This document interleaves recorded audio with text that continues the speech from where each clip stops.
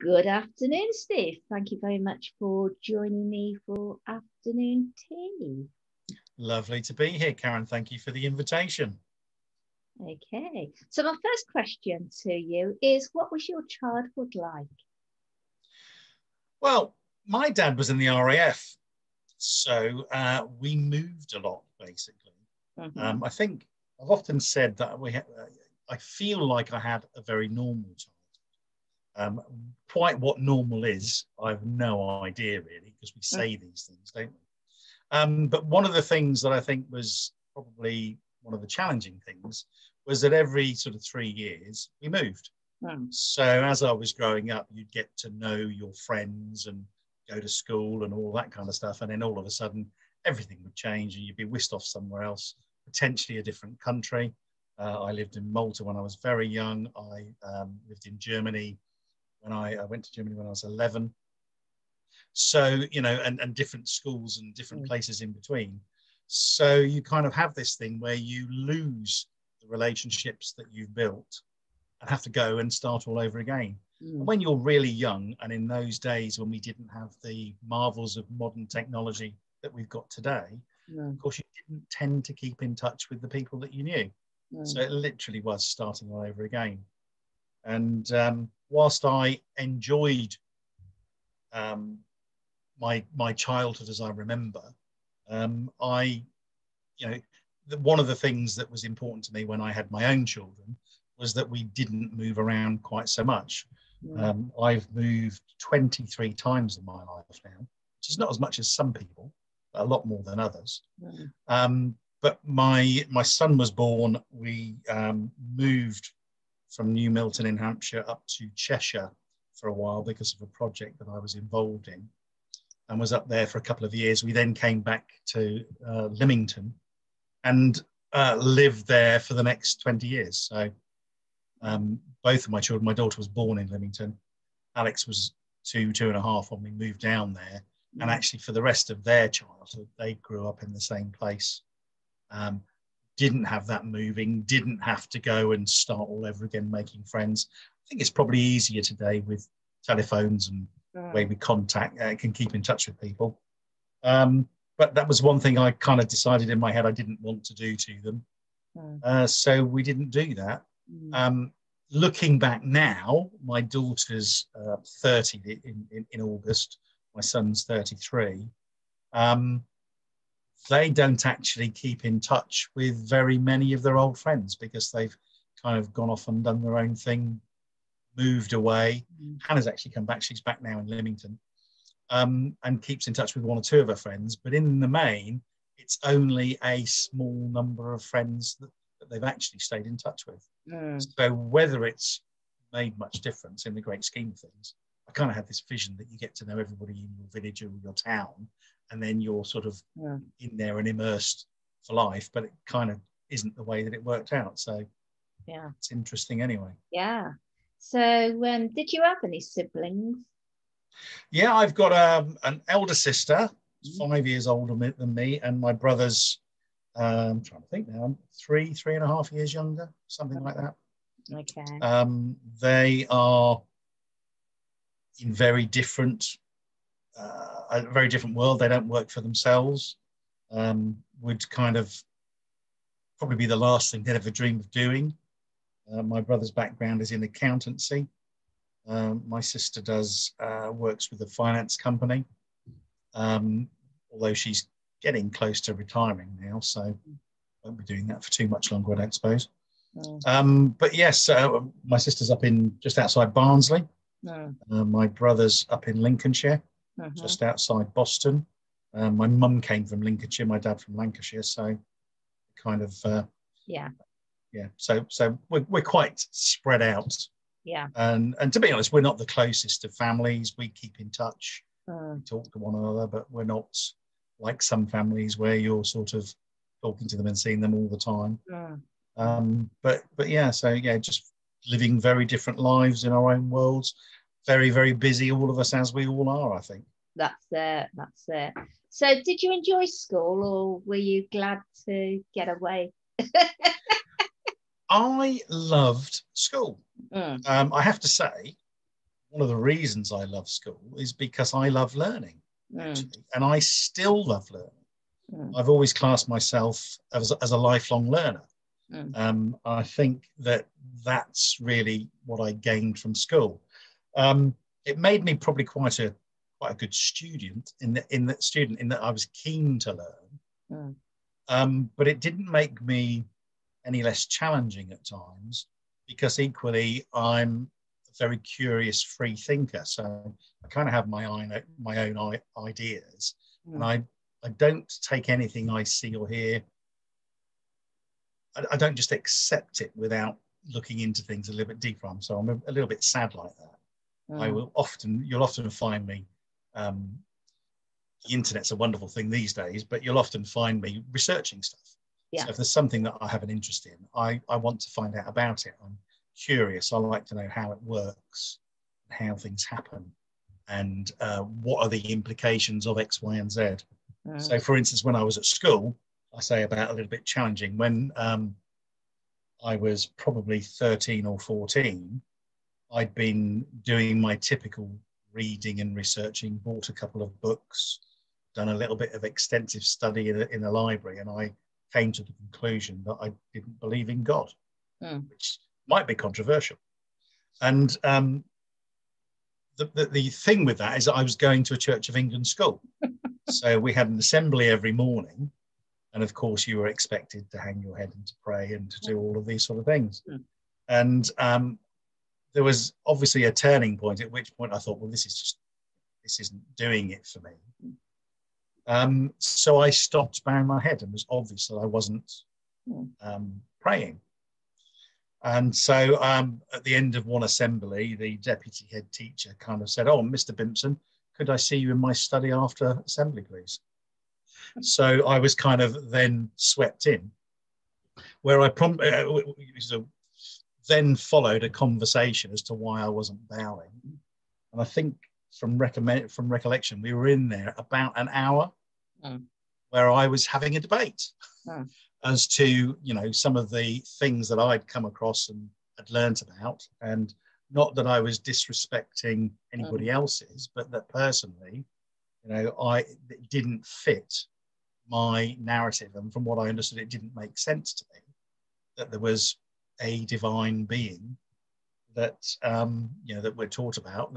So I just kind of made this case, and clearly won the argument, because he accepted that and said, "Fine, okay, you've got a good reason behind it. It's well thought through. I can't say that I agree, but I can see where you're coming from, and I appreciate the fact that it's not something you've done on a whim, that you've done a great deal of research and put a lot of time and effort into it," which was a nice thing to have. Yeah. It was a great thing to happen. But of course, what then happened is all of my friends that were saying, "What did he say? What did he say? You didn't bow," and I explained what had happened. And the very next day, there were 10 or 12 people not bowing their heads. And the day after that, there was 30 people not bowing their heads, and so on and so forth. And about a week after the first meeting, I was summoned back in and asked just to drop my head. He said, "I don't care what you're thinking about. Just be seen to drop your head for no other reason than the fact that everybody else is following because they're just being mischievous." So kind of it created a little bit of a few ripples. It took a little bit of time to get everybody back on board. But yeah, so it was good in the one thing that I was able to voice my beliefs and what I thought. But it still is one example of where I kind of challenged the teachers at school as well, which was always a little bit interesting. So what was your favourite subjects at school? My favourite subjects at school were, wait for it, maths, physics were the top two. My uncle was a quantity surveyor. And from the age of about 9 or 10, I decided that I wanted to be an architect. And at that point, a lot of what I did was kind of feeding into my career path. I was thinking about, where do I want to go? So with school, I did some research. I found out what subjects I needed to have to, you know, serve me best if I was going to be an architect and go on to university and all that kind of stuff. And so that's what I did. And maths and physics played a really important part. So they were good. Technical drawing was another one that I think I did at A levels and various things. I went on to do all these. But yeah, so they were my favourite subjects in some way. What I would say is that a lot of the subjects I had, I really enjoyed anyway. But there was one that I really didn't enjoy. There was, well, two actually. One was religious studies, which follows on from what I was saying earlier. And then the other one was history. I was really not into history for whatever reason. And actually, that's a little bit different today. I'm quite fascinated now about how we get to where we are in life. And so looking at some of the history, I find far more interesting now. But in those days when I was at school, history was just something that I went and I did it and I had to tick the boxes. And I was one of those horrible students in that I was very fortunate in that everything sticks. So I would study things and I didn't have to do an awful lot of revision or anything like that. So and when it came to tests and exams and things like that, I mean, you know, if I didn't get 100% in the maths test, I was wondering what was going on really. So so I was very fortunate in that way. So things just stick in my memory. But yeah, so school I loved the topics, created a little bit of controversy at times, and there were some other stories as well. But yeah, so I had a very clearly defined path that I wanted to go along, and I just knew that I needed to work. Yeah. If I'm going to want to achieve what I wanted to achieve, you know, I was very focused, if that makes sense. So I just got on and I did stuff and I studied, and from that point was quite a good student, but enjoyed school life as well. Good. And were there any problems at school other than what you said about the assembly? I guess that was one of the things. I did go through a couple of phases where I suffered from a little bit of bullying when I was at the infant school, mainly. So at a fairly young age, there was a couple of bullies, I guess, for the want of a better term, that kind of turned on me, not because we weren't friends, which was bizarre, but because I was always the first one to leap to the defense of anybody they bullied. So if I thought somebody was being treated unfairly, I was vocal about it and would intervene. And of course, the end result of that was that they then turned on to me. In terms of trouble at school, yeah, there were a few times where parents were involved. I was the subject of a little bit of bullying. And it didn't go particularly too far.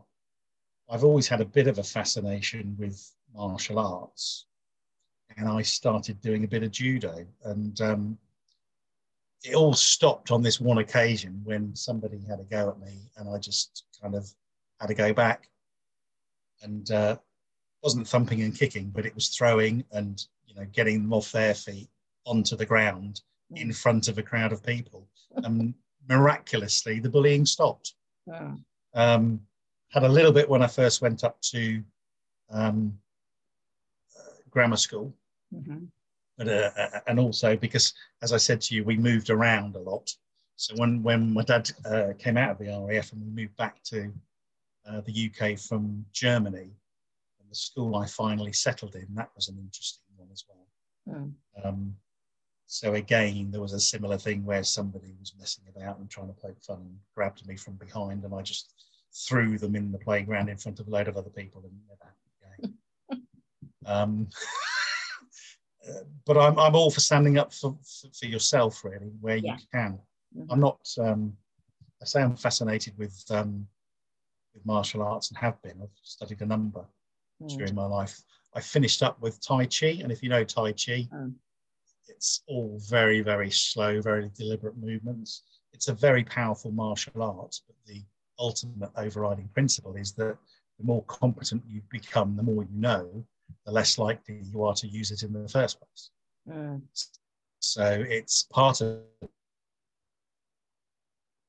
so that you actually handle things in a different way. Or at least from my perspective, that's how it's been. So having the confidence that you think you can, if you're in a difficult situation, that you can handle yourself, gives you the confidence to have a conversation as well, I think. Yeah. So so a little bit of bullying. I'm just trying to think if there's anything else that was interesting in my school years. Oh, actually, one of the biggest lessons for me in life as well was actually when Dad came out of the RAF, and we went to settle just outside a little village called Curtin, just outside Boston, Lincolnshire. My mum came from Lincolnshire. She was born 10 miles up the road. And we settled, and the school, the option was the schools. I went to grammar school. I qualified, passed my 11 plus, whatever it was at the time, went to grammar school.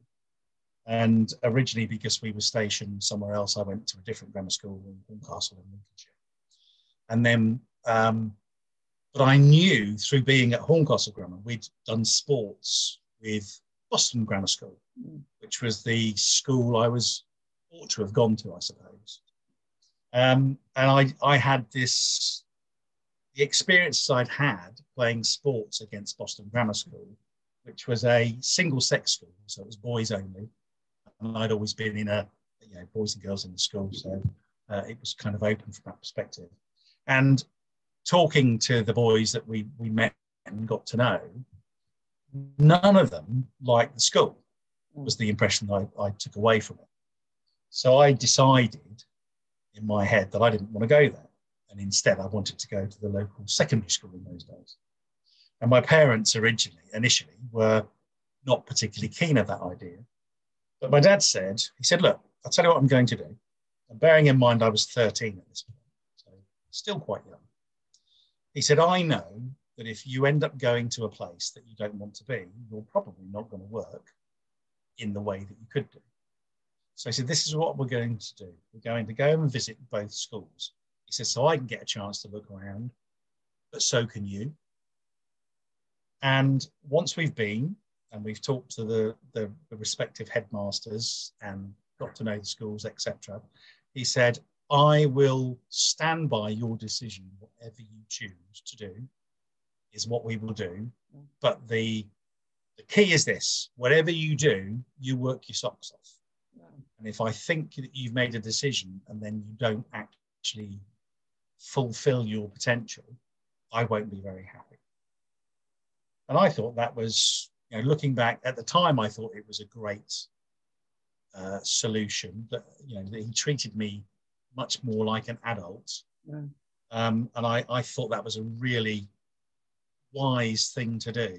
And the more I've looked back on it, I think it was incredibly wise. Yeah. Because I did choose to go to the secondary school. But I think I mentioned earlier, I mean, academically, I've never had an issue. So I performed and I got grade A's and O levels and all of this kind of stuff. It was never a problem. So we never had the conversation, boy, pull your socks up. You said you were going to work. So I did, we did a deal, we made an agreement and I stuck to it. I did my best. And that was the thing. But I look back and that was a very powerful lesson, I think, for a 13-year-old. And, you can imagine how that's shaped how I behave with my children as well. In that, and I've got this little phrase that I talk to now, Nicola, my better half is a teacher. And, I often find myself saying to her when we're, she comes home and you kind of unwind and you're talking about what's happened in the day. And, I have this theory in life that you treat children like small adults, but you treat adults like big kids. Because there are amazing similarities. And a lot of people will treat children in a way that they don't then treat adults. And when I'm talking about this, it could be in things like holding them to account, whether you let people get away with things. With children, you tend not to. Tend to want to make them do what you've asked them to do. You set a level of expectation and then you stick to that. But when you come to adults in the workplace, you'll have a management role where a manager sets a level of expectation, people ignore it and they just let it go. Whereas if you treated them like big kids, you wouldn't do that. You would actually hold them to account and you'd hold them to task and you'd impose that on them, And so you get this sort of two-way street. So I've always thought that, was it the whole thing that you used to, I never grew up with it, but you always used to hear children should be seen but not heard.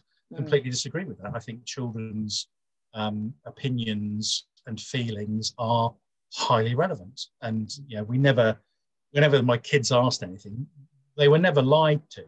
We might have to explain something so we're not too graphic or what have you, but we would always tell them truth, because I never wanted them to come back to me at some point and say, hey, I'm lied about that. That wasn't what you told me, sort of thing. And yes, for what it's worth, I still tell them that Santa Claus is real because I believe he is. I believe in Father Christmas. He's in here. And so long as we keep celebrating him and keep honouring that, it's down to all of us to do that. So yes, I will maintain I never lied about Father Christmas Eve. That's that. So did you go on to further education? Did you go to university or? I didn't go to university in the end because I had this kind of revelation when I was doing my A-levels, and you reach the point where you're asking for prospectuses from the different universities because, I wanted to become an architect. So it was looking at studying in architecture. And I got all of these prospectuses coming through the door at the different universities I was thinking of going to. And I started looking at the structure of the course. And I mentioned earlier that history was the thing that I really didn't like. And you kept seeing history of architecture, more history of architecture, and even more history of architecture, and history of architecture. And I looked at all these different prospectuses, and it was all the same. History was like the most commonly used word in the syllabus. And probably in some respects unrealistically, but I kind of think the universe has your back. At that point, I decided I didn't want to go to university to study architecture because I wasn't interested in studying the history of it. And I can, look back and think, well, I can understand why you would study the history of it, but actually we talk about instinct sometimes, isn't it? Yeah. In every fibre of my being, I knew that I wouldn't enjoy it, that I wouldn't thrive on that. So I decided not to go. And the decision I made was, if I could find a job that was of interest to me, that I found was acceptable in terms of what I thought I might, where it might lead and how I thought I might end up, then I wouldn't go to university. But I gave myself a target. If I didn't get the job, then I would, if that makes sense. So I had to make that decision before the cut-off point to apply for university. I probably would have done something different at university, but I sort of set myself a target. And I thought, if I can get a job between now and then that is of interest to me, I will go and do the job. If I don't find something that's interesting, then I won't. And actually, as it transpired, there was only one job that I applied for. And it was in the motor trade. The role was assistant to the sales manager. I didn't really know what that meant, but it was the only thing that I saw. I used to love cars, so I was interested in cars. And I kind of thought, I could probably live with that, not working on them. That wasn't what I wanted, but actually working in a different side. So in the sales department, assistant to the sales manager. And so I applied for it. And it was a bit bizarre, really, because I didn't hear anything. Didn't hear anything for weeks and weeks and weeks. And it was about the week before I was reaching the point where I was going to have to put my application in and do it. And I got a phone call one day from the dealership. It was a Ford dealership, saying, really sorry, we've had a couple of things that we've had to reshuffle and some things within the business. but you applied for this position and we were wondering whether you were still interested. Mm. So I went along for the job, went along for the interview and was given it on the spot. Mm. And so I ended up going into the motor trade. So purely randomly, no forethought. And it kind of led me on the path to where I am today. And I'm really, really pleased with where I am today. So yeah, it was clearly a good thing. Yeah, so that was your change of heart in 1979. From the That was the change of heart in 1979. Yeah, so the whole thing transpired just because of history. It was all about history, you know. And then when you were 24, you decided to give up corporate life. Well, I did, and there's a story in between because, of course, assistant to the sales manager was basically a general dog's body. Mm. So I was basically at the sales manager's beck and call. And, you know, if he wanted a cup of tea, I'd go and make his cup of tea. If he wanted me to run a bit of paper somewhere, I'd go and do that. I did some filing and an admin sort of stuff. And I'd been there a couple of months, and there was a sales administration office as well, where there were a couple of ladies that were employed to do that kind of side of things and do all the paperwork and administration. And one of them slipped a disc. And she slipped a disc, was off work, ended up being off work for three or 4 months. I can't remember what it was now. And so I was asked to go in because they needed the body in the sales administration. Mm. Anyway, I went in there. Within about a week, I said to the sales manager, his name was Nev Owen. I said, Nev, I said, look, I'm really struggling here. The admin systems are rubbish. It's all over the place. I don't know how you manage. I said, I think I need to sort this out. Do you mind if I redesign the administration and some of the systems, etc.? He said, Steve, he said, do whatever you want to do. He said, so long as it works, I don't mind. So that's what I did. I went in, I kind of did an analysis of everything they were doing, looked at what they were trying to achieve, set up a completely new system, got everything in place to implement it. And then we kind of finished off at the end of 1 month. And then the next day, the system went live. And in those days, you may remember this because you might be old enough to remember, we didn't have computers in the workplace. No. So in this dealership, we had girls in the accountancy office upstairs, and they had these big kind of machines where you punched in numbers and it had a card going in, and you pulled this handle and it punched holes into the card. Yeah. And you had this long card that folded up, and then you'd go through, you'd put punching all these numbers in, and you'd send it off to the company, which was called Kalamazoo, which some people might have heard of. And then, so at the end of the month, when you've got all of these cards, you send them all off in a bag to Kalamazoo. They process it all, put it all into a report, and the report would come back to the dealership. Mm. Now, I was completely oblivious to this at that point. I'd put my system in place, and we ran the first month. And I'd met the accountant who was resident there only a handful of times. He hadn't taken any notice of me because I was just a general dog's body. But what happened is, and what I hadn't realised, is that when this report came through each month, he'd kind of get at the end of the first week of the month, having sent it off, got it back, he'd have this report. And it used to take him a whole week of his work life to resolve all of the issues in the report. And there was a few days or a week after the end of the month came down, and Derek Stevens, his name was, he appeared in the office in the sales admin where I was still working.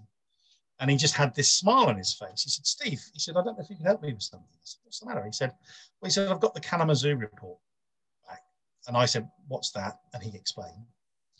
And he said, normally he said, I've got three queries. I didn't know whether you could help me. So every car had a 6-digit control number, and things stick in my head. So anything that was out of the ordinary, I would remember the number. And literally, I knew each of the 3 cases that there was a little issue that had happened, that we resolved it. But literally 5 minutes after he walked in, he'd resolved the issues. And that was when he told me that he usually spends a week of his life resolving issues as a result of that report, and had been doing that for several years. So that had been the thing. So I put in a new system that actually saved him a week in his job. And it was that got me noticed.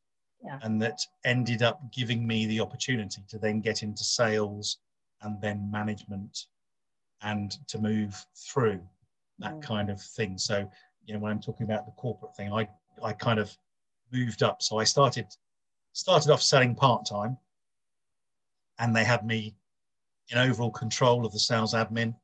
They gave me the car hire and insurance department to run, and various other bits. So I was kind of responsible for various things, but I could go and sell as a backup salesman if everybody was busy, and I could go and work at the weekend if I wanted to earn some commission. And within 6 months, I was the highest earning salesman. And I was only doing it part-time. And I was still in my late teens at that point. And so, you know, the opportunities just kept coming. I was headhunted by different dealerships in the area, heard about me, and in those days, dangle a nice car and a bit more money, and you'd be off and you'd go and do something else. And I ended up back where I started. I decided to come out of the corporate world because there was a new role that was created that Ford had kind of pioneered. And I was selected to be the person doing that role, but they didn't really know how to remunerate me because they didn't really know what was going to happen because it was all new. So they came up with this idea of a pay plan. And of course, I just went with it and did really, really well. You know, the company in that area that I was working typically made about £18,000 to £20,000 of income a year, contributing to everything else. In my first year, it was over £250,000, which was considerably a big impact on the dealership. But of course, they hadn't expected that sort of result. And all of a sudden, I was making a lot more money than anybody else in the dealership. So they cut my pay plan. So I went out and earned more. So I was brought back in and they cut my pay plan again. And at that, the second time I said, look, if you do this to me one more time, I'm off. I'm going. That will be it. And they cut my pay plan again and I went. And I just felt that it was completely unfair that they, you know, I knew I was generating enormous revenues, and the £250,000 was on the bottom line. That didn't include the dealership bonuses that they got. I have no idea what they were, but my understanding is that was bigger than the profit that I was generating for them. So yeah, I just felt it was a little bit unfair, really. And that was when I decided to come out. And I was 24, going on 25, 24 and a half probably. And yeah, so I decided I was going to go and work for myself. So then you set up varying businesses, did you? Yeah. I started off, I guess, as a self-employed salesperson. So the easiest route to begin with was to go and sell something for somebody, but done on a commission-only basis. So if I didn't perform, I didn't earn any money. It was a very different world to me. And it took me probably 6 weeks to get into it. So to get my head around the whole concept of, instead of people coming to you in a showroom to come and buy something, you were going to visit people in their home. And, you know, I was 24, I was dealing with, the product was an electrically operated adjustable bed, which had massage built in, that was designed for people with all kinds of aches and pains and disabled people, etc., etc. So I was dealing predominantly with disabled people or people who were largely retired, but having some sort of medical or health issue. But the product was superb. It was really, really fantastic product. And I went off selling those. It took me about 5 or 6 weeks to start getting into it. And then I just kind of went off and flew, and I broke every sales record the company had in my first kind of full year with the business. So I joined them in October, I think it was. But in the following year, which was 1987, I say literally, I just broke one record after another record after another record after another record in sales. I ended up going into sales management with them, again, still on a self-employed basis. But you know, the great thing is I more than tripled my income. And in my first full year in 1987, I worked 13 weeks. I took 13 weeks holiday because I was earning the money to be able to fund it. So it worked because I could work when I wanted to. I used to work Tuesday, Wednesday, Thursday were my days out seeing customers. I might use a Friday now and again, but the rest of the time I was able to have long weekends with my young kids, which was great. So it worked for me. And it was then after that I went out and started my own kind of consultancy business. I got offered a contract with a company for 12 months to go and set something up. And that was kind of how I ended up going into where I am now in terms of the businesses, I suppose. And so several businesses I've built and sold. I've been involved in a number of interesting projects over the years, and worked with companies individually on their marketing and stuff as well. So it's really fascinating. I love working with different businesses, different industries, because it feeds this love I have for learning. So when I'm working in a new area that I don't know, that's just like, I just love it, just because I can find out about the business, find out about how it works, find out about the customers, why they buy, what their problems are, all of those kind of things, just get my mind going.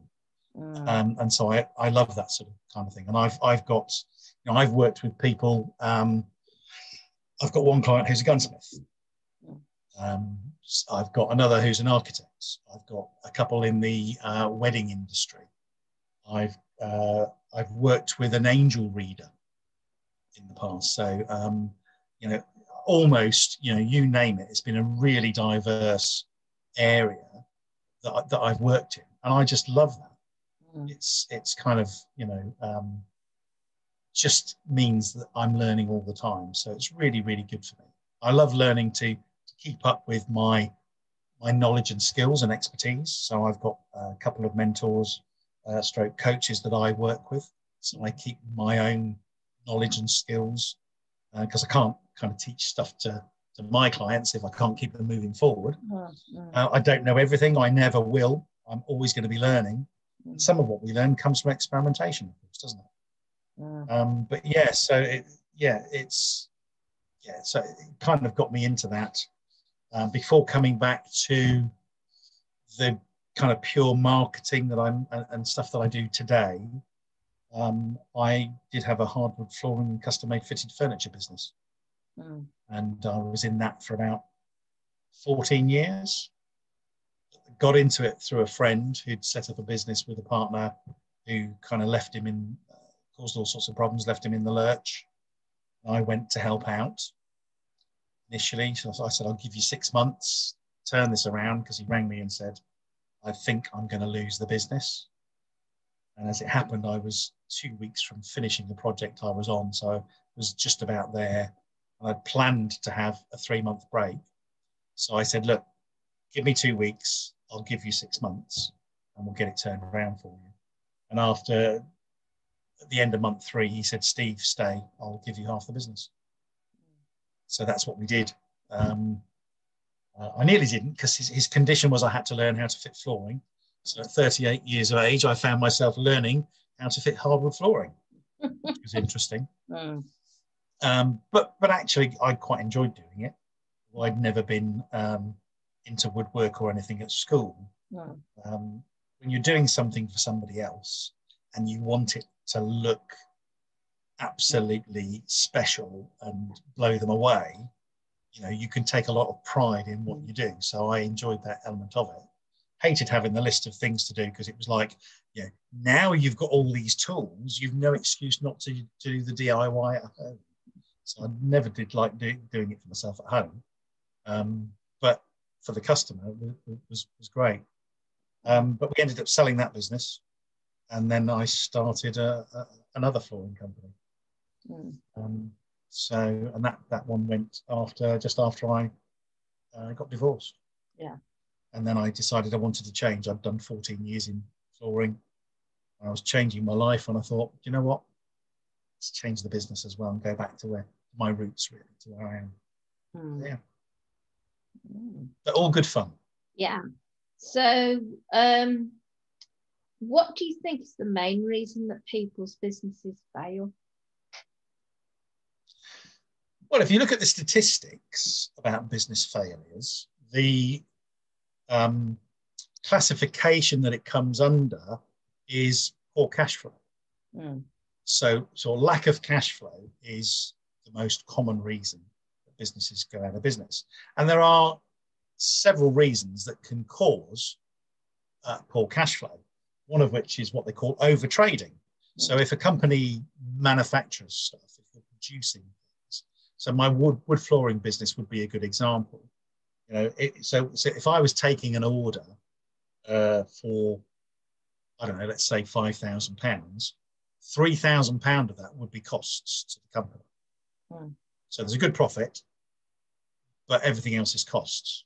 So when you're building or manufacturing or doing stuff, if you suddenly start selling a lot, you need to find that money to fund the production. And companies run out of money because they get so busy.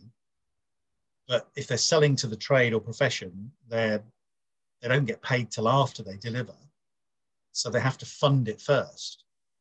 And sometimes the banks just say, whoa, you know, you're borrowing too much money too quickly, too soon. And so things die. But that's a relatively small proportion. The biggest cause for small businesses running out of cash flow is that they simply don't have enough business coming in. That's the biggest issue. Yeah. And that's the one that I suppose I'm most passionate about trying to plug the hole, because it doesn't have to be that way. But most business owners, when they start up, there's a lovely book. People sometimes say to me, is there one book that you recommend that you would actually get business owners to read? I might even have it to hand. Shelf. I have a feeling it is, but I might be wrong. Bear with me one tick.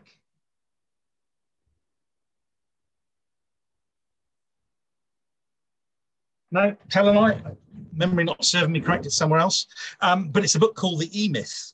The latest version is The E-Myth Revisited by a guy called Michael Gerber.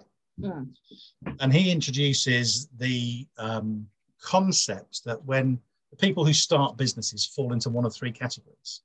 So you have the entrepreneur, you have the manager type, and you have what they call the technician. So an entrepreneur, obviously somebody who loves starting businesses and does things that they have this entrepreneurial way. A manager is literally, we all know what a manager is, somebody who's perhaps worked in the business and managed departments, managed teams, etc., etc. And then you have the technician. The technician is the expert.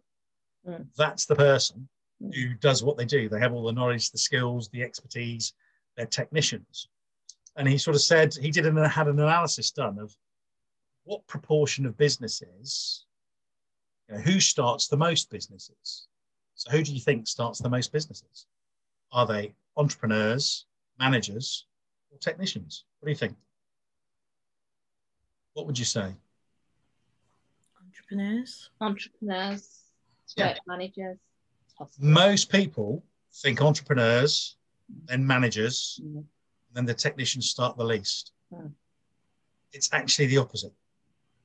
Most businesses, something like 85%, started by technicians, people who are good at what they do. Managers account for about 10%, and entrepreneurs is probably 5%. Now, people might become an entrepreneur as the result of starting a business, but a lot are business owners and not entrepreneurs. So, yeah, the whole thing is that we have this idea that it's entrepreneurial people that start businesses. It isn't. most of them are people who are good at what they do. And who, like me at some point where I said I'm fed up with the corporate world, I had my reasons, but other people have other reasons where they think, actually, I don't need all the hassle I get from the company. I can do this better myself because I'm good at what I do. And that's why so many businesses fail, because their business owners in the main are not used to running a business. They don't know anything about marketing themselves, but they're really good at what they do. And I call it the who wants to be a millionaire syndrome, if you like, in business. We all know who wants to be a millionaire. So got a question comes up. Is it A, B, C, or D? You go, yes, it's C. I know. And you're right. And then the next question comes up and you didn't even know the question existed, let alone what the answer is. And business is like that. Things happen in our businesses that cause us to have to answer a question. So the business throws up a question that we've never had to face before. And the truth is, we don't know what we don't know, do we? No. We have no idea of the things that we don't know. And so a lot of small business owners get caught out. And there is an ego thing that gets in the way because it's my business. And I experienced this when I was younger. Because it's my business, I should know all the answers. So I didn't used to look outside. I would just try and fail and do something else, and it wouldn't work, and you end up frustrated, and you get there in the end. And it was only through my love of personal development as well that I started to realize that actually, Brian Tracy put it perfectly. He said, none of us have enough time to learn everything we need to know to achieve what we want to achieve and to do it all from our own mistakes. But we can short circuit it and get somewhere an awful lot quicker if we learn from other people's experience. And that made such a lot of sense to me. But a lot of business owners haven't learned that yet. So they're stuck in this, it's my business, I should be able to deal with this, I must be able to know. And if I don't know, then there probably isn't an answer. And then the fight, flight, freeze kicks in. And an awful lot of people freeze. They don't know what to do, so they don't do anything very much. They become busy at doing very little, anything that takes them away from what they need to do, because they're not sure of what they need to do. And it's a big problem, because until people reach the point where they start to realize that they are the problem, that it isn't the business that's the problem, it isn't the customer that's the problem. Actually, 99.9% of the time, if there's an issue in your business, it's you. Yeah. Which is why I always say your business won't grow until you do. And it's when you're mature enough to actually open your mind to that and start to realize that other people know the answers and I can find the answers. I love quotations. There's a quotation out there and it says something along the lines of, the universe would not give you the ability to have a dream without also giving you the ability to fulfill that dream. Yeah, and a lot of people would agree with that. But what people fail to recognize is that part of that doesn't mean you already have the skill. What the universe has given you is the ability to learn so that you can do that, and people don't seem to think they need to learn. And that's one of the dangers. So until, and it's not a unique problem that kind of I have in terms of marketing. So for instance, the biggest challenge to me in marketing is getting people to open their minds to realize that they have an issue and that maybe I can help them. That same problem is the biggest problem for all businesses. Because, I've been networking for 25, 30 years now. And, people have run to me all the time and said, Steve, I've met somebody. I can help them. They need what I do and they just don't get it. They don't see it. And that is the biggest problem with most businesses. And marketing is about opening people's minds. And in its purest form, and its most effective form, it's not about me telling you. It's about me opening your mind so that you learn for yourself that you have a need. Because then I'm not selling. Yeah. So if I can create a scenario where people's minds become opened, then I'm no longer selling. And then they start asking questions. One of the first webinars I did, or not webinars, seminar that I did, so this was done in real life. I had a really great testimonial from somebody who turned up, and he came along and he said, Steve, I've been running my business for 15 years. And he said, I thought I knew 90% of what I needed to run my business. And there's probably a few things I could learn to tweak. But he said, I thought I knew 90%. He said, the result of this 3-hour workshop is that I now know I only know 10%. And I need to know a lot more. And he asked me to join what we were doing. So he came along and became a customer, not because I tried to sell him, but because he came to a free workshop, realized his mind opened, he realized he had a lot more to learn, and he also realized that I could help. And he kind of asked me on the spot. And that's the real power of marketing. And if you open people's minds in the right way,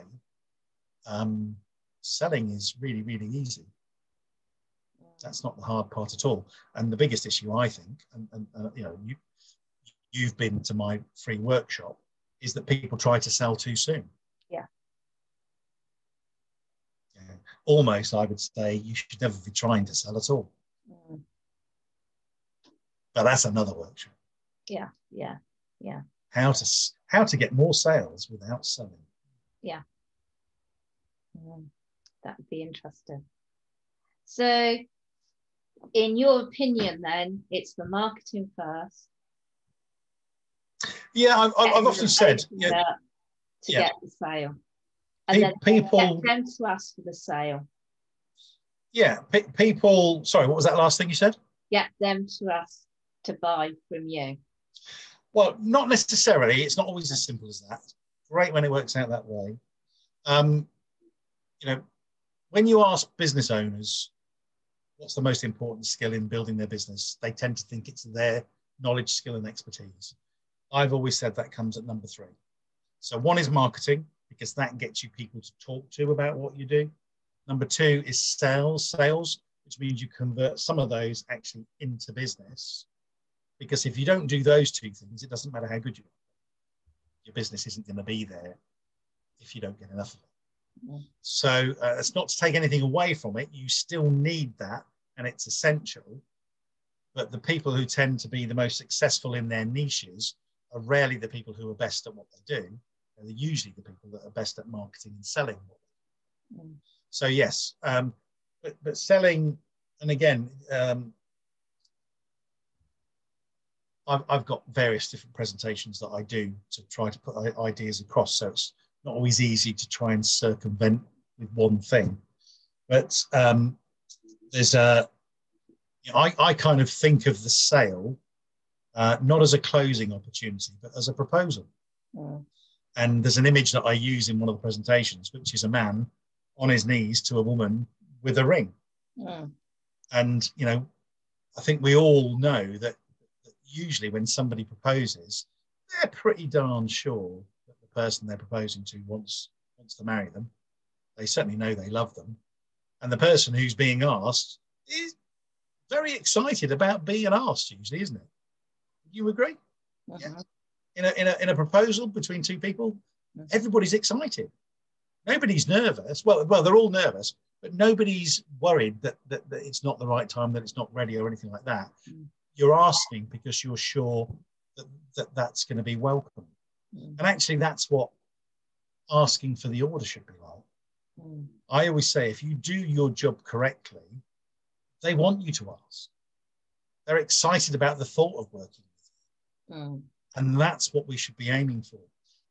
But because business owners are technicians predominantly, they're not salespeople. And a lot of people are frightened, even professional salespeople, believe it or not, are spent a lot of time training professional salespeople in my life, and even they are scared of asking for the order. Mm. And part of it is because it's just, we approach things so poorly in the first place. But I have a lovely, you've done NLP. Mm. So you're familiar with psychology. Have you ever come across clean language? Yeah. Yeah. So clean language, I was introduced to probably 10 or 12 years ago. One of my clients, funnily enough, who's a coach as well. And, there's a beautiful question. Clean language is all about asking a question without putting any expectation into the question. Mm. So a classic sales close would be, so would you like it in red or blue? The assumption being you're going to have one anyway. Mm. You just haven't decided on the colour. But that's where people don't like asking things like that. They don't like asking people directly to buy. Mm. So one of the clean questions is a very simple question. It says, so what would you like to have happen now? Mm. And what I encourage business owners to do, if you're worried about asking for an order, don't ask for an order, but do ask what they would like to have happen now. Mm. So now we've gone through this and I've told you what you do and we've looked at what your issues are and how we might resolve that. What would you like to have happen now? Mm. And it's a magical question because, I love observing people. Mm. I love communication. So I like to see the responses that people have. And when you ask that question, often you'll see surprise because they're kind of expecting to be asked for the sale. Mm. And you haven't done that. And so there's this kind of, oh, that wasn't what I was expecting. And then you see kind of this relief drain out of people because you haven't asked them a confrontational question. Yeah, yeah. And once the relief and the stress times to go out, you can see the cogs whirring and people will often say, actually, I think I'd like to go with that. I think I'd like to get that organised. And the reason they do that is all of a sudden when the pressure's taken away, instead of putting pressure on, you take it away. And it enables them to actually recognise, because instead of being defensive, which is the perspective that often people are when they're feeling they're about to be sold to, about to be asked, you start to feel a little bit defensive, particularly if it's done in a salesy way as opposed to the way I would advocate doing it, which is very different. But so they feel this kind of, they're kind of trying to protect themselves because they're feeling there's a bit of a confrontation. What you do is you dissolve that just like that. It goes away. Mm. That question takes it all away. And as soon as they stop trying to defend themselves and as soon as they start to relax, they start to think about, well, what's stopping me? Why wouldn't I? And then they suddenly realize that there isn't a good reason why they wouldn't. Mm. So they choose in their own way to go ahead. And I found that to be an extraordinarily successful way. But it doesn't work if you haven't done the job. Yeah. So if you haven't identified what their problems are, if you haven't demonstrated how what you can do will help, and you haven't helped them discover that for themselves, because that's the real key, then it's a bit pointless asking the question. But again, it's as with all things, once you know what you're doing and you get to understand the process, you also get to recognize in people when they're in the right place. And then, so the timing becomes a more natural thing. But it just becomes painless. Selling is no longer a confrontation or a problem.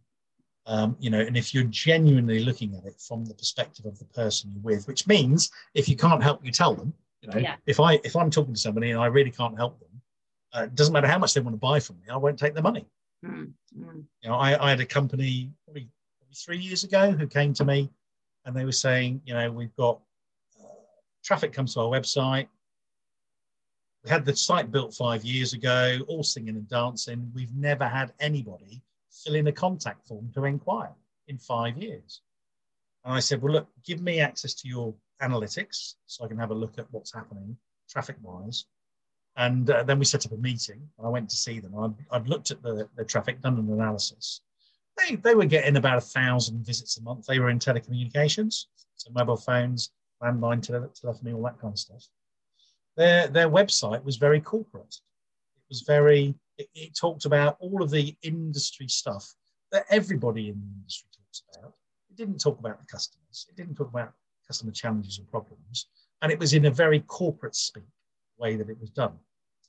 And, you know, they were getting 1,000 visitors a month. And I said, the problem is not, you know, if you're getting 1,000 visitors a month, you should be stumbling over some inquiries, literally, because 1,000 is a reasonable number. It's not huge, but it's a reasonable number for a small local business. And I said, in my opinion, you need to look at the website because the content isn't converting. It's not attracting the right people and it's not getting them to the right place in the customer journey so they're ready to make an inquiry. And basically, they wouldn't accept it. And I said, I won't take money off you to get more traffic to your website when I know it's not going to convert. It's pointless. It's a waste of money in my view. And I won't take money off you to do it. So they went to somebody else and they paid them however much they paid. I have no idea. And, you know, another year went by and they spent a load more money and they still didn't get anybody filling in the form. Mm. And, you know, so if you can't help people, you've got to tell people, you've got to have integrity. That's it. You know, and that's the thing for me is that, you know, if it's got to be win-win, everybody has to benefit. And that's, you know, and I'm far less important than the client. It's about the client, always about. That's it. And what they need. But yes, so marketing first, as you said, then sales, then your skills and expertise. They are the things that you need if you're going to ensure the success of what you want. Mm-hmm. Although you went from straight into sales and then into the marketing, did you, when you went corporate? Yes. So my first foray was sales. It was when I got into the management that I became responsible for the marketing. Yeah. And then started doing that. So yes, I learned them in reverse. Yeah. But again, I was taught a very classical salesy kind of presentation, which I very quickly discovered didn't really work for me. You know, but I adapted it. So I you know, I'm a great believer that there's.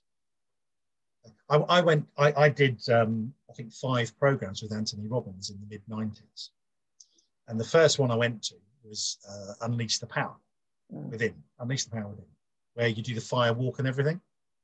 And I paid probably 800 quid from memory to go and do this. And I turned up, and have you ever been to Anthony Robbins or seen any of his stuff? So you go in the room before you all start, and there's a dance crew on the stage. There's loud thumping music with everybody clapping their hands and singing and dancing and all this kind of stuff. And it's like, hang on a minute, what have I come for? You know, and you're kind of way out of your comfort zone. And to begin with, this kind of blew my mind. I hadn't expected it. I looked into Anthony Robbins and I'd seen a documentary of him running one of his courses, but you didn't see that aspect of it in the documentary. And it's like, oh my God, what am I going to do here? And I just remember thinking in that moment, look, Steve, get over it. This is how obviously he does his thing. Take away what you need to take away. You know, pay attention and take it away. I went back to do it again the following year, and I took 33 people with me. And I prepped them all and said, when you go in, it's going to blow your mind. You won't believe what's going on, but just listen to the content and take away the good stuff. You know, if that doesn't do it for you, don't worry about it. And I still had 2 people who left before it started, even though they paid to go, which was crazy. But, you know, the thing about, you know, it's easy to judge things and to switch our minds off. Whenever I sort of hear myself thinking, oh, I know this, or, oh, I don't like that, that's when I deliberately think, open your mind. Ignore the stuff, the dressing that might not suit you, but focus on the content and how can I use that and what can I take away? And that's really important to me. Brilliant. Brilliant. So is there anything about your life that you would change, looking back over what you've done? Is there anything that you would have thought? No. No. No. There's a lovely quote. I love quotations. And this one comes from Kung Fu Panda, of all places. So Oogway, the master, said, yesterday is history, tomorrow is a mystery. But today's a gift, which is why they call it the present.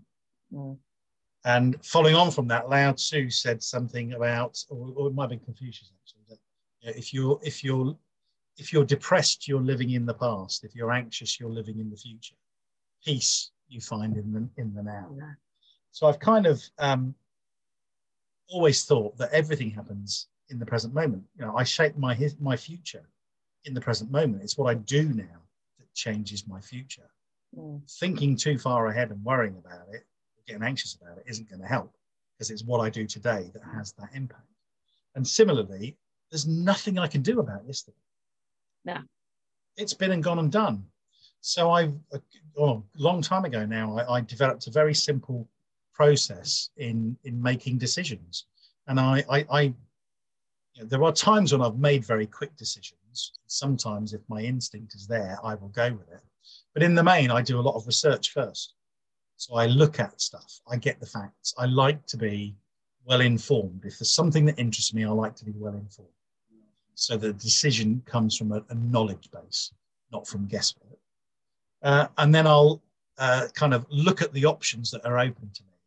And I talk about this in the free workshop. So I think about, if I take these decisions, which one is most closely aligned with what I'm trying to do in my business or in my life or whatever it is? So which one takes me in the direction I want to go in the best way, the most focused way? And then a distinction I made probably, was it 2014, Jim Carrey did a graduation address to the Maharishi University of Management. It's on, you can find it on YouTube. It's about 26 minutes or something. Jim Carrey. And in there, he said something. I mean, it's a fantastic speech, full stop. But there was a couple of things that really stuck with me and that I now talk about to all of my clients. And he said something along the lines of that we only ever have two choices in life: fear or love. And the way I interpreted that afterwards and started thinking about it is that whenever we make a decision, there are factors in that decision that we consider. And some of those factors are rooted in fear sometimes. We make decisions because of the things we're fearful about. Other times we make decisions because of the things that we love, that we're pursuing because of our objectives and where we're going. And so the way I've kind of taken that distinction now is, in the final analysis, every decision I make, I look at and I say, is this rooted in fear? And if it is, I don't do it. If I'm worrying about something, as difficult as it may feel, I do not take that, because I know now from watching people and from my own decisions that when I make a decision out of fear, and when I see people making decisions because of fear, they never work out. Never, ever, ever work out. So you put those to one side and you just say, does this take me to where I want and what I'm looking for and how it all, that's interesting, isn't it? If I put my hand there, it adjusts the camera light. Sorry, off on a tangent there. I must investigate how to put something there so it adjusts the camera. Look at that. Interesting. Yeah, so I just do that process. So whenever I make a decision, I know I've done my research. I know I've looked into it. And I know that once I've decided, I let go. Yeah. I now know as well that it comes from love. If something happens, so a new bit of information comes up that I didn't have when I made the decision, I'm not going to beat myself up about it because I did my due diligence. Sometimes things change, and that's life. That might be the universe giving me a prod. Who knows? But the point is I can't change it. And I learned, is it the Alcoholics Anonymous do the serenity prayer? I can't remember exactly how it goes, but so give me the serenity to know, to tell the difference between the things I can change and the things I can't change, the courage I need to change the things I can, and the wisdom to know the difference between the two. Yeah. And it's kind of that principle. It's a prayer. I'm not religious. I'm very spiritual. I'm not religious. But it's that approach. So, you know, providing I know I've made the decision with the best information I've got at the time, why would I ever regret it? Why would I beat myself up about it? Because there's absolutely nothing I can do. And the only person who suffers when I do that is me. Yeah. I'm sorry. I'm here to enjoy life, not to create suffering for myself. So I focus on the stuff I can do. And if something goes wrong, you learn. You know, you never have failure. You do something and you either get the result that you want, or you have a learning lesson, a lesson in life. And you learn from that and then apply that and carry on. So there's no such thing as failure. The only failure happens when you give up, and when you stop trying. So yeah, so I would never look back. No. The closest I came to regret, and you know, if somebody sort of said to me, "Is there one thing you would have regretted?" I remember when we chose to live down in the south. So my wife and I, we chose to live down here. We moved down in 1986. We moved down to the south coast. And I was working, as I said to you, self-employed sales. So I was working with a company. I was desperate for promotion to management. It promoted me to manager of the Northwest. My son was 2 months old, and I was very ambitious at the time. And I decided it was worth going to live somewhere that I didn't want to live. Having spent 6 to 12 months finding out where I did want to live and moving there, I decided that it was worth my moving because I had the ambition to do something more. And I probably should have realized when we're driving in the car and my wife is crying for the first hour of the journey. Should have been a message. And probably if I look back, and one lesson I've learned from that, and that's the thing, I've learned the lesson. I would not change what I did. But the lesson is I would never, ever, ever move anywhere for a job. Mm-hmm.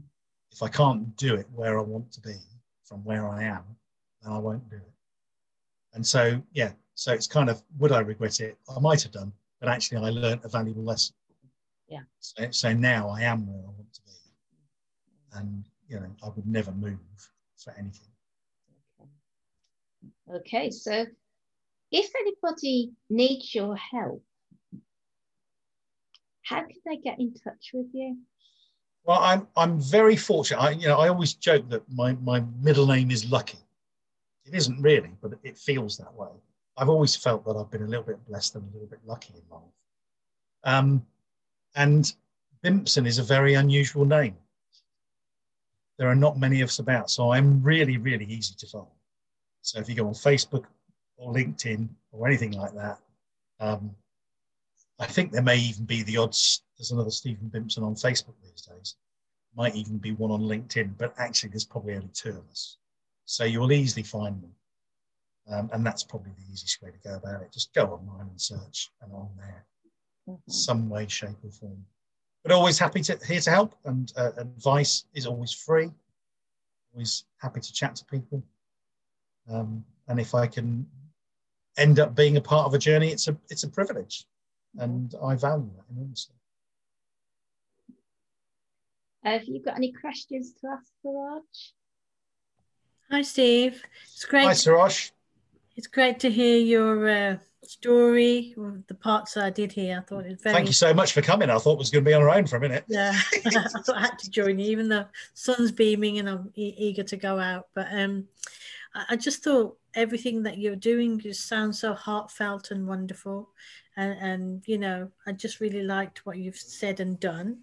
I have got a couple of questions though. One of them was, what was the weirdest project that you've done? Because you said you did some weird stuff. So what was the weirdest, without, you know, implicating anybody or anything?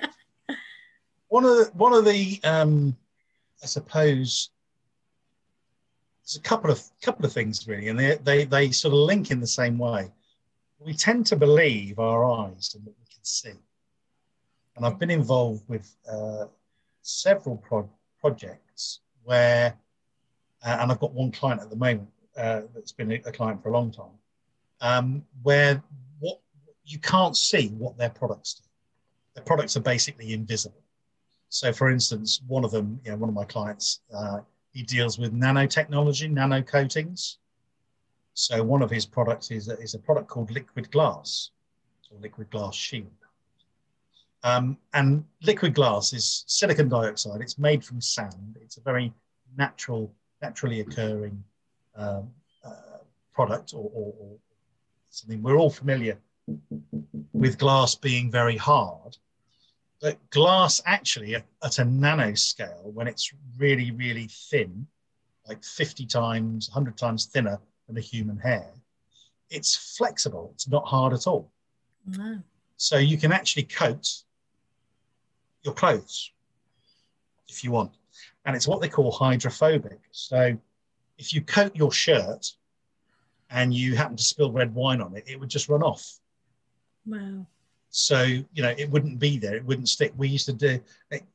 And when he first started doing the product, one of the biggest challenges was he would go around to see people and they didn't believe what he was telling them because they couldn't see it for themselves. And if they, there was just, he didn't have any way of demonstrating.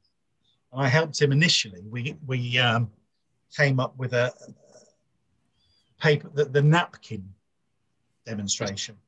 So basically what we did is we would get a paper towel and we'd coat it, spray it with liquid glass, let it dry, and then you would take 2 paper towels to see the client. One is coated in liquid glass, the one isn't. And you would let them feel them both, and you can't tell the difference to the touch. You don't feel any difference at all. And then what you do is squirt water on one. Of course, the one that wasn't coated, it just soaks up the water. The one that's coated in liquid glass, you'd squirt the water on it and it would just run around like beads on the surface. And you could just tip it off and it would go away. And so weird things like that are sometimes you've got to get your head around a way of demonstrating. And we moved on to coating a white tablecloth so that we could do a demonstration where you'd spill some red wine on it and you just dab it up and it'd be gone. And there's no mark on the cloth. So, one of the other ones I did, there were a couple of others. One was a water treatment product where you it protected against all kinds of bacteria and, what's the word? Can't think of the infection. There's an infection that comes from water in air conditioning units and stuff. Oh, Legionella. Yeah, that's it. Yeah. Legionella, that's the one. And so this thing was just like the product was like little round spheres of a material, and you put them in a container and you drop them in a tank, and it stops all the bacteria. Wow. And people don't believe you. And so I helped them roll that out. There was another one, if you remember when we had lead in petrol, in 4-star petrol. So it was around about 98, 99, 2000 time where they took the lead out of petrol. The lead came out. And this was a product that was developed by a guy called Henry Brochet in the Second World War. And they actually used to use it in the fuel tanks of Spitfires, but when they were out in the Russian area, because everything used to freeze and everything. And it used to, they couldn't get high quality fuel that the Spitfires needed, the engines needed. They were very low octane fuel. And this product not only enables you it increases the octane rating of the fuel that it's immersed in. And it's just metal discs that sit in a wire gauze and you drop it in the fuel tank. So there's nothing there. It doesn't seep anything into it. It creates a catalytic reaction that nobody really understands scientifically. They can prove it does it, but they still today don't know how it does it, why it works. And of course, so you're trying to sell these products that do something magical and nobody knows why. And we sold so many of these things for people to put into fuel tanks, so their cars that only run on leaded fuel would carry on running on unleaded fuel without any damage, because that was one of the other things that it would do. And you know, yeah, so it's stuff like that that's odd and weird and a little bit different, but actually also fun and interesting, and has you know, kind of served me well from a financial position. The deal I had with the broker was particularly, and I ended up selling out the operation to, because I took a share in it as well. So I got paid to do what I did, took shares in the business, which I then sold to the person who paid me to do it in the first place as well. So that worked out really well. But he made a fortune as well at the time. So, you know, it's those kinds of things that can be really intriguing and just a little bit different. But yeah, so that's kind of weird. Does that cover weird, do you think? Yeah, Yeah. so. You're obviously being very creative then to sort of get those ideas and just thinking outside the box, I guess. You know, thinking. Yeah. The advantage that I have, of course, is that I'm not in the business. So you're once removed. Sometimes you're very close, too close to see things in your own business and how something can help. So, I mean, this is where mastermind groups are really good. I could teach a principle to somebody, and that person sees how it can be applied with somebody else in the room, but they struggle to see how they can apply it in their own business. But the other person can see how it applies to them. You know, so you get this cross-pollination of ideas, and that can work really, really well. So yeah, all of that's good fun as well. Well, we went to one of your marketing sessions, Karen and I, and we ended up doing a little mastermind group ourselves. So, so that was pretty cool. So that was really good. The other question I have was, you mentioned about this company that were sending traffic to their website, and that they had a form and nobody filled in the form. Yep. But they're obviously spending the money. So, but my question is, so it's okay to spend money on advertising, but how much of the free organic leads and customers do you think, how important is that in comparison to the paid? Do you think you should be working the free before you do the paid? Or is it about getting the systems right to get the leads? That's my question. Okay, so definitely step one is to get the system working. Okay. So you need to understand the customer journey, craft it so it's managed on the website in such a way so that when people with an interest arrive, they convert in sort of proportion. When I was talking to that particular telecoms company, you know, I was saying, you've got 1,000 visitors a month coming, should be stumbling over some inquiries. The comparison I gave them is I've got a client who has been with me probably 12 years. They don't do lots of work with me on an ongoing basis, but I built the website. She's a mother, she's a part-time yoga teacher, and she wanted a website. She gets 50 to 60 visits a month, so not very much. She doesn't add any content or do anything with it. It is still today as it was when I built it, basically. But she gets 1 or 2 inquiries every month. So it's converting. Whatever it's doing, the people are arriving with an interest. It answers their question, and therefore they convert. So that's the most important thing. And that's one of the areas where organic traffic is really, really important. Because if somebody arrives at your website because they've done a search and the search engines are kind enough to send them to your site because you've done the groundwork and optimized the site, encourage them to do so, is usually what happens. But you've targeted those people. The important thing is that you do some keyword research, you find out what people are asking, you answer that question, they then search, the search engine send them to your site, which answers their question. They then go through the journey and they convert to an inquiry or whatever you're trying to achieve. Once you have that and you see that that's working, that's when you can start spending money. You wouldn't ordinarily spend money until you knew it was working and converting. Does that make sense? Yeah. So sometimes, because organic traffic builds relatively slowly, And because you need numbers to establish averages, what you do with some clients, if they're prepared and happy to do that, is you do some advertising, just a small amount. So you might spend 20 or 30 quid on Facebook or Google AdWords or something that generates a flow of traffic so that you can see what happens to the traffic. Right. You might do that. But once you know that, that it's converting targeted traffic, theoretically, if you send the same quality of targeted traffic in higher volumes, the conversion rate will be the same. So, you know, if you get 5 inquiries from 100 people, if you send 200, you'll have 10 inquiries. If you get 1,000, you'll have 50 inquiries, and so on and so forth. Yeah. So, you know, that's the thing behind it. So yeah, the danger is that you spend money, but the marketing is not what I call joined up. So the site isn't converting because you'll just waste your money. Yeah.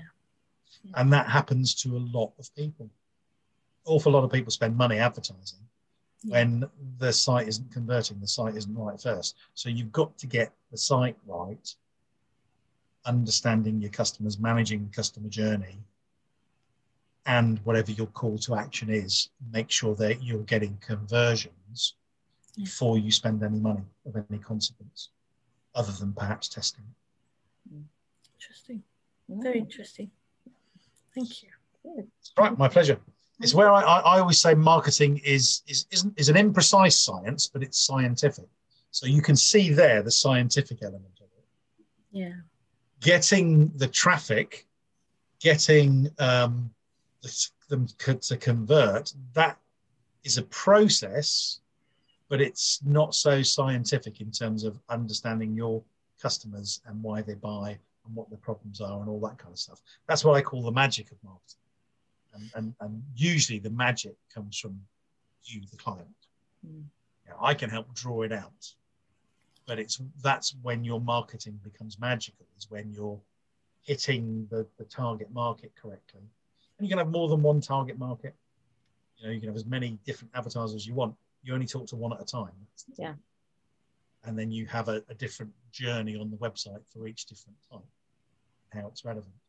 But yeah, so that's where the magic comes. The magical stuff is all about understanding people and human needs and why your customers buy and what their problems are and all that kind of stuff. The scientific bits just kind of work, providing you got the first bit right. Interesting. It's very, very interesting. Thank you. Well, Good. Steve, thank you very much for joining me for afternoon tea today. My pleasure. It's been very interesting. I hope you found it interesting as well. It's a bit odd when you're just talking about yourself, isn't it? but it's quite nice to stir some of the emotions, some of the emotions from and remembering those times that kind of probably some of them I hadn't thought of for a while. So because we don't think about the past so much. Yeah. So thank you for a stroll down memory lane as well.